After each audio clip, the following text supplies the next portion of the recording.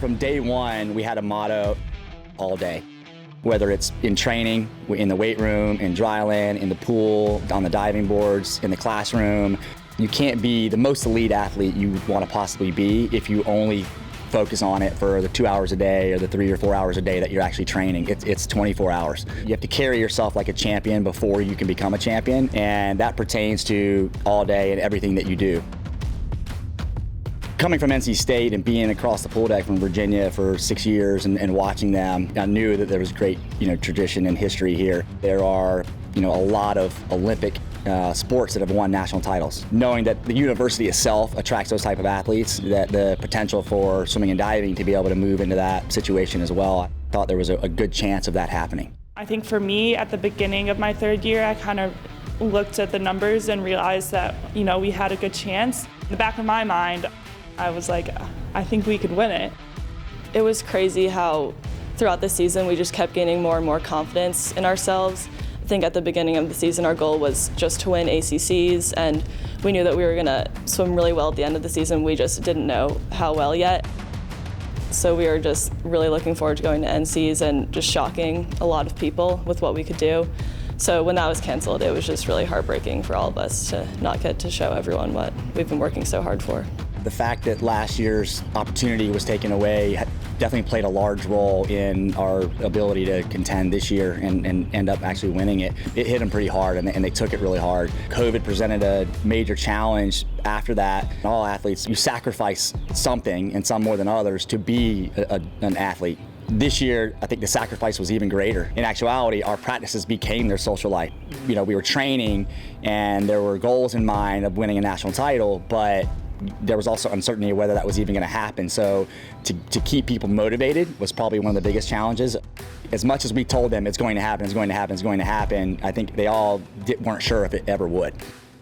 We were collectively making that sacrifice, both the men and women's teams, and all of us together, we're doing this not even for ourselves at all, we're doing this to be a part of this team, and that just reinforced to me why I had come to Virginia in the first place, was to be a part of a team that was I knew the girls were they were sacrificing part of their livelihoods for my own sake, and I was doing the same for them, so we kind of had to create our own little bubble, so I am grateful for that. Our biggest goal is not to win ACCs this year. Our biggest goal is not to win NCAAs this year. Our biggest goal is just to get to the meet. If we can just get to the meet, we'll do our thing. Great start for the Cavaliers. Getting off on the right foot, 6:52.56. There's a video of all of our girls cheering, watching from the hotel. Because of COVID, they couldn't come to the meet, and that just got them really excited, and that relay had a big part in that. I think a lot of people doubted us when those sight sheets had come out and we were seated first, and they were like, I think they're going to crack under the pressure. I don't think that they're going to win. And so we definitely had a point to prove. We wanted to do it in a big way. We wanted to win by as much as possible, to make a statement, to prove to really ourselves that we would have won the year before as well. After every dual meet, after our mid-season invite, and especially after ACCs, we just kept gaining more confidence in ourselves, knowing that we were going to light it up at NCs. Todd sent out an email, and he was like, our goal is to win an event, but if we don't win, then we're going to stop the bleeding, and we're going to try to get 2, 3, 4. And I was like, yeah, okay, that sounds good. In that last session during Paige Madden's mile, her 1650 freestyle, and I looked at Blair and I said, first to her, I said, congrats, you've just coached a 3-time national champion, which that makes me a little bit emotional just to think about that with Paige, because she's worked so hard. And then I said, and we're going to win a national title. Right there with the Cavaliers, first in history.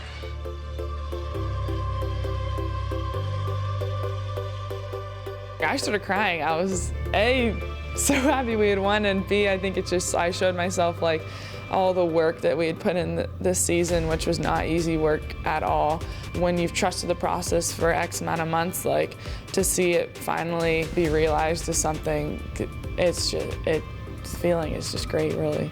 To go from where this program was 4 years ago to where it is today, that's pretty quick. They may not have been thinking all day, all the time, that motto, but what they were doing was that. The hope is that they don't have to actually try to have an all-day mentality. That's just what they do now. it made it all the more sweet just having it taken away, and then coming back from that, winning in the best way possible was really special. There's definitely a really big future on the national level in store, so that's really exciting. I'm excited to watch.